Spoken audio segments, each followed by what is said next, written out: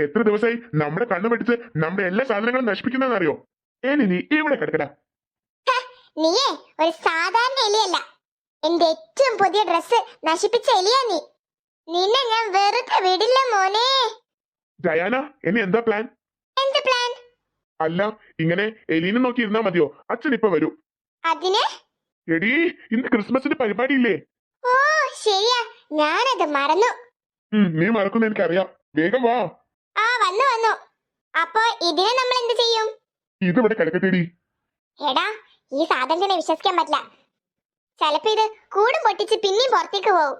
ഏയ് ഇല്ലടി, നീ ഇങ്ങനെ ഓവർ തിങ്ക് ചെയ്യാതെടി.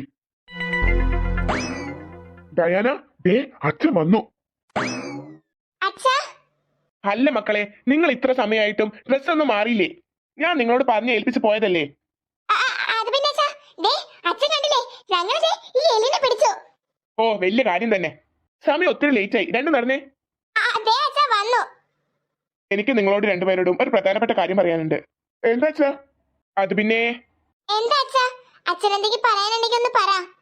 അത് വേറൊന്നല്ല, നിങ്ങളുടെ അമ്മ മരിക്കുന്നതിന് മുമ്പേ എന്റെ കയ്യിൽ കുറച്ച് സാധനങ്ങൾ തന്നെ ഏൽപ്പിച്ചിരുന്നു. അതെന്താ അച്ഛാ? ഞാൻ മരിച്ചു കഴിഞ്ഞാൽ എന്റെ കുഞ്ഞുങ്ങൾക്ക് ഇത് സമ്മാനമായി കൊടുക്കണമെന്ന് പറഞ്ഞു.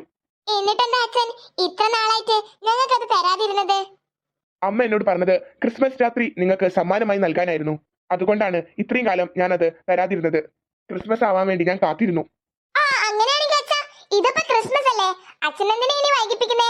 അമ്മ തന്ന സമ്മാനം ഞങ്ങൾക്ക് ഇന്ന് തന്നേക്ക്. തരാം.